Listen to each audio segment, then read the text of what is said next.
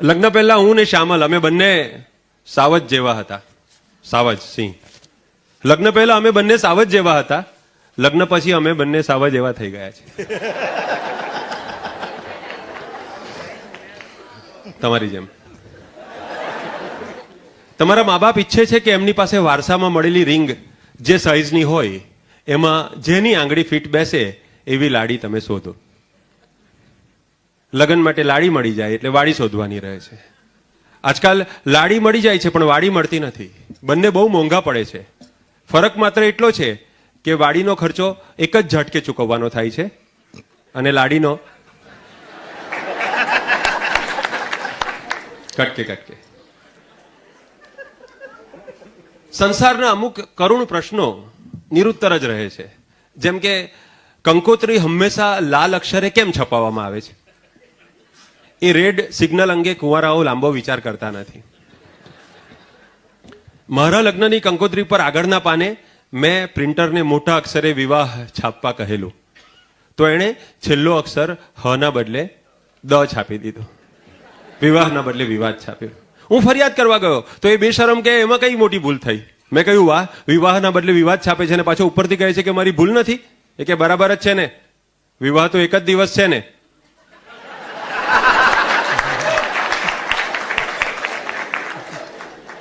પછી તો જે છાપ્યો એ જ સાચું છે. પણ શ્યામલભાઈ, સાચું પૂછો ને તો કઈ બધા વિવાહ કઈ વિવાદમાં પરિણમતા નથી. શું અહીંયા બેઠેલા બધા તમને એવા લાગે છે કે રોજ ઝઘડતા હોય? અરે બધા યુગલ કે એવા હોતા નથી. આ તો માત્ર 99% કારણે બાકીનાનું નામ બદનામ થાય છે.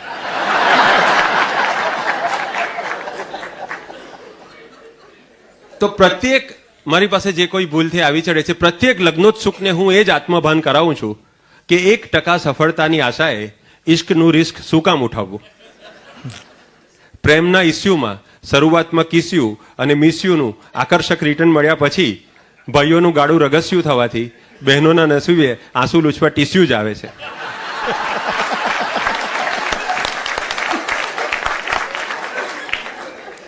આમ છતાં હે કુંવારાઓ, તમારે આ ઇસ્યુમાં રૂપિયો રોકી 10 કમાવવું હોય તો wish you all the best.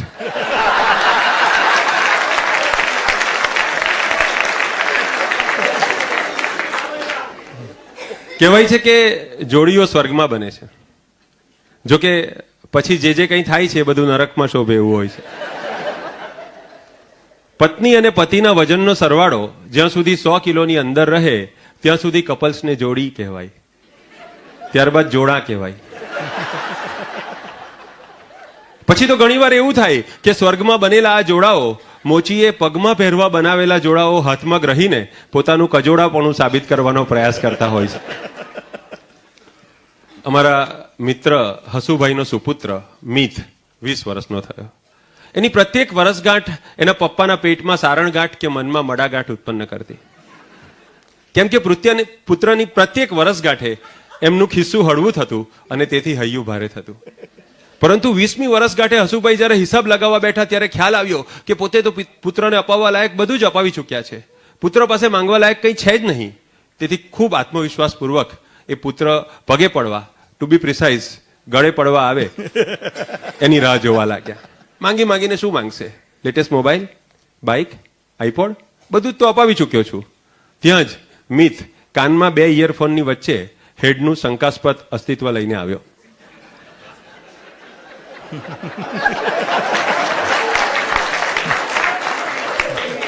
અને જીવતા બાપને ડેડ કહીને બૂમ પાડી. પહેલાના જમાનામાં પુત્ર મા બાપને પગે લાગતો ત્યારે આજુબાજુ વાળાને એના સંસ્કારી અંતરનું દર્શન થતું. હવે લો વેસ્ટ જીન્સ પહેરેલા પુત્રો પગે લાગે તો આજુબાજુ વાળાને એના અંતર વસ્ત્રોનું અસંસ્કારી દર્શન થાય છે.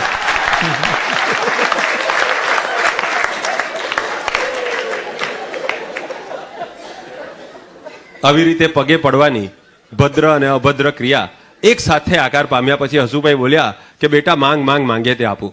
એટલે મિત વિના વિલંબે અને વિના સંકોચે બોલ્યો કે મને એક સુંદર પરી જોઈએ છે. હસુભાઈ બોલ્યા બેટા પરીઓ ને ડીંગલીઓ એ બધું તો છોકરીઓ માંગે. એટલે હસુભાઈની ગેરસમજ દૂર કરતા પુત્ર બોલ્યો લગ્ન કરવા છે મારે. અને પછી એને આજના યુવકની ડિમાન્ડ, એને જે પરીની તલાશ છે એની વાત કરી કે મને ગિફ્ટ એક આખરી જોઈએ છે, મને એક સુંદર પરી જોઈએ છે. કે મને ગિફ્ટ, માણસ ફસાવાની શરૂઆત અહીંયાથી થાય છે, એની આ વાત કરી.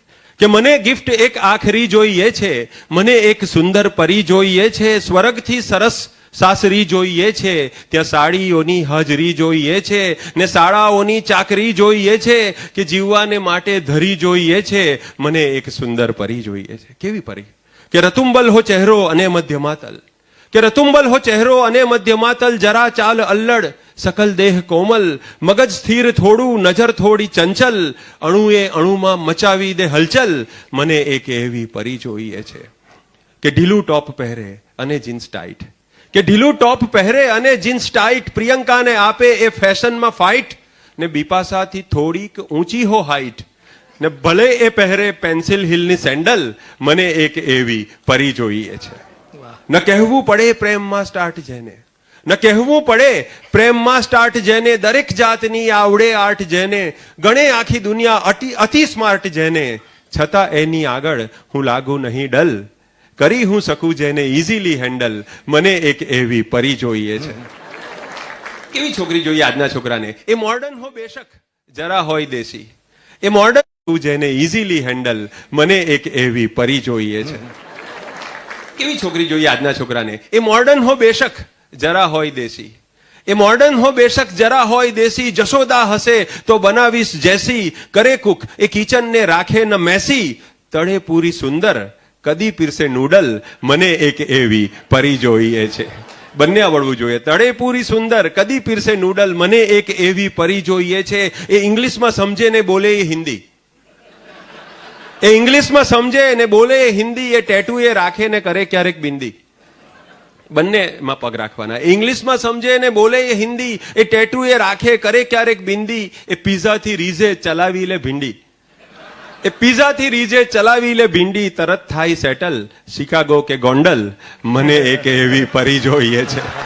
કે તરત થાય સેટલ શિકાગો કે ગોંડલ, મને એક એવી પરી જોઈએ. આ તો પરી જોઈએની વાત થઈ, પણ આનાથી રિવર્સ વિચારીએ તો પ્રત્યેક પરીને પણ એક પરાની તલાશ હોય છે. એમાં એમણે કોડીલી કન્યાની વાત કરી. લગ્ન વખતે ભરતની પ્રત્યેક કોડીલી કુંવારી કન્યાનો એક જ કોડ હોય છે. અનુભવના બળે મેં એને ડીકોડ કરીને જોયો છે. એ ગોરમા પાસે એટલું જ માંગે કે બસ 3 વસ્તુ મળી જાય. એક સારો વર, બીજું સારું ઘર, અને ત્રીજું સારો ઘરઘાટી.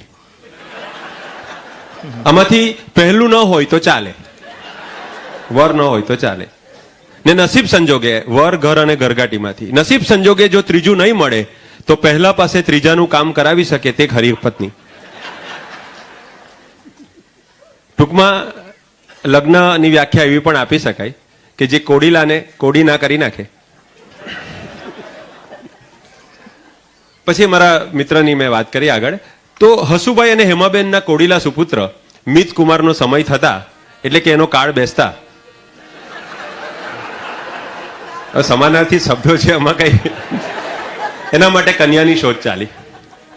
હસુભાઈ કહેતા એને કોણ આપશે? હેમાબેન કહેતા તમને મળીને.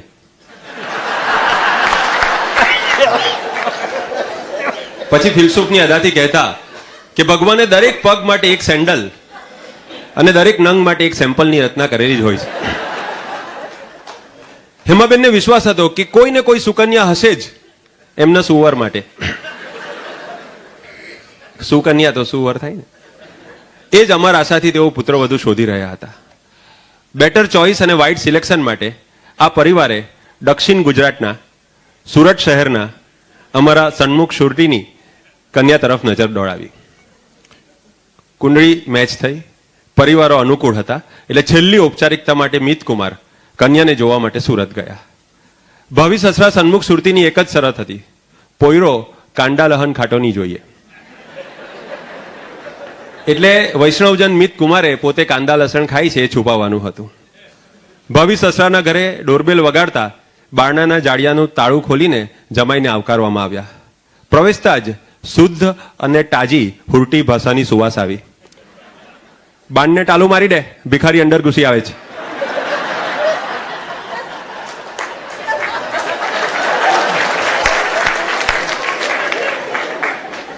સન્મુખ સુરતી તાળુક્યા. આવા સ્વાગત પછી સસરાએ ઘર નોકરને કહ્યું, ડોફા હોફા હાફ કર, નીટો જમાઈરાજની પૂઠે બધી સુરતની ઢૂલ લાગી જશે. હોફા હાફ થયો એટલે કે સોફા સાફ થયો અને જમાઈએ પૂંઠ ટેકવી.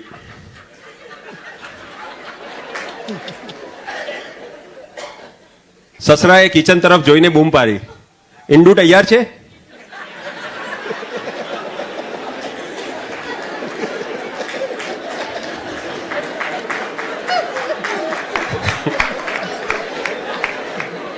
મિતકુમાર હચમચી ગયા. વાત તો થઈ હતી કે આ પરિવારને કાંદા લસણનો બાદ છે ને આ લોકો સવારની પોરમાં ઈંડું પીરસવાની વાત કરતા હતા. મિતકુમારને થયું કે સસરા એની કસોટી કરી રહ્યા છે, એટલે મિતકુમાર બને તેટલી ઠાવકાઈથી બોલ્યા, ઈંડું મને પસંદ નથી. એકચ્યુઅલી અમારા આખા પરિવારમાં કોઈને ઈંડું ન ચાલે. સસરા અકરાયા, અરે ઈંડું પસંદ નહીં મળે તો હું કામ હુરટ ઉડી લાંબા થયા. સાસુ સરલાબેન રડમસ થઈ ગયા. આ રીતે અમારા પરિવારની ફજેટી કરવાની? મિતકુમારને સમજાયું નહીં કે સવારની પોરમાં ઈંડું ખાવાની ના પાડવાથી કોઈ પરિવારની ફજેતી કેવી રીતે થાય. તેમ છતાંય મિતકુમાર બોલ્યા, સોરી. તમારી સોરીની હું અમારે હોળી કરવાની? સસરા હજુ ગુસ્સામાં જ હતા. જ્ઞાતિના મેરામાં અમે કહ્યું કે અમને મીઠ ચાલે હે. મીઠ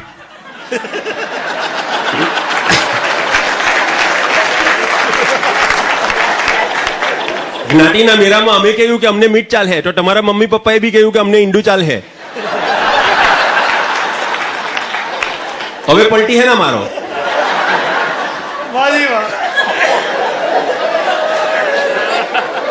બે વૈષ્ણવ વેવાઈઓ વચ્ચે એકમેકને એક અને મટન ચાલે એવો સંવાદ થાય એ મિતકુમારની અલ્પ બુદ્ધિ માટે કલ્પના બહારનું હતું.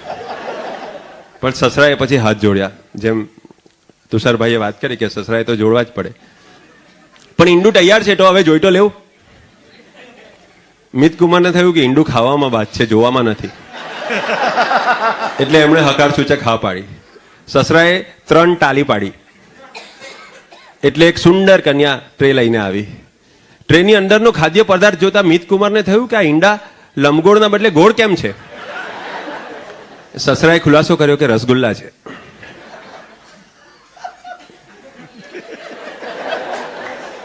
મિતકુમાર બોલ્યા, તમે તો ઈંડું ઈંડું કરતા હતા ને. સાસુએ કહ્યું, તે આ રહી અમારી ઈંડું ઉર્ફે ઇન્દ્રાવટી, તમે જેને નિહારવા આવ્યા તે તમારી સામે ઊભી.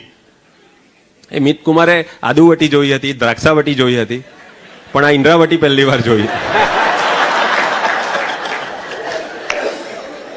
એટલે ઇન્દુબેન ઈંડું થઈ ગયા અને મિતકુમાર મીઠ થઈ ગયા. સ્પષ્ટતા થતા સસરાજી બોલ્યા કે તમારા શાળા તુષાર શુક્લા નહીં, એને કહે છે કે તમારા શાળા તુષાર શાળામાં ભણાવવા ગયા છે, શિક્ષક છે, એ આવી જાય એટલે ચિકન પૂરી ખાઈ લઈએ. ચિકન સાથે પૂરી? એ ચિકન પૂરી કેવા હતા એ તો શ્રીખંડ પૂરી પીરસાયા ત્યારે જ ખબર પડી. સસરાએ ઉદારતા બતાવી કે અમે તો ચુષ્ટ વૈષ્ણવ, પણ તમે ખાવાના હોય તો પોયરી કાંડા કાપી લાવહે.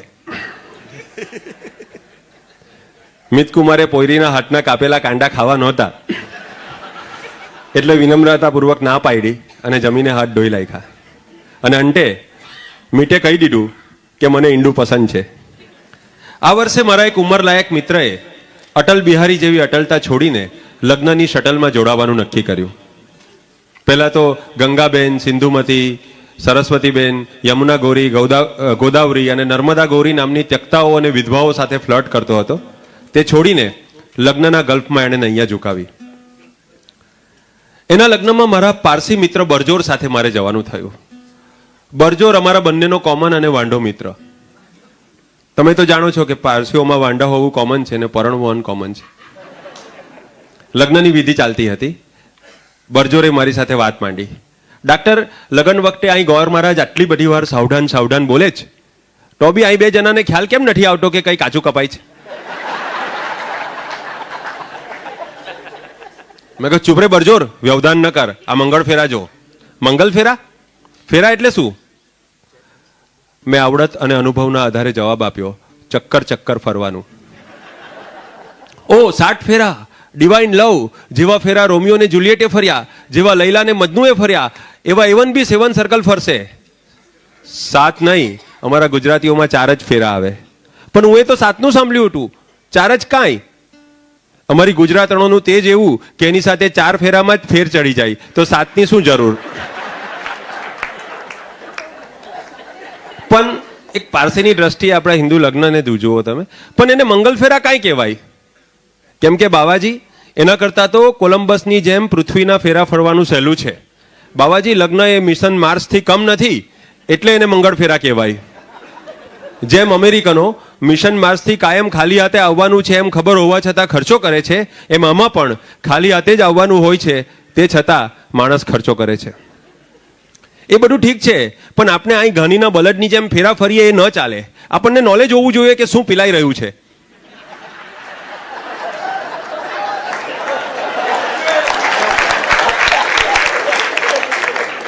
આઈ મીન એમાં વિધિ શું હોય? બાવાજી 4 ફેરામાં 4 જાતના દાન કરવામાં આવે છે. પહેલા ફેરામાં ગાયનું દાન દેવાય છે. મારે ગાયના બદલે કાવ બોલવું જોઈતું હતું, કેમ કે બાવાજી જીવવાય ગાય સમજ્યા.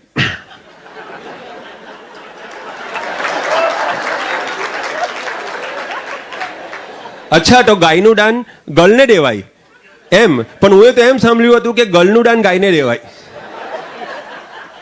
આ બાવાજી સાથે વાત કરવાનું કસ્ટમ ઓછું કરવા માટે મેં અષ્ટમ પષ્ટમ બતાવ્યું કે કન્યાનું દાન તો છેલ્લા ફેરામાં દેવાય.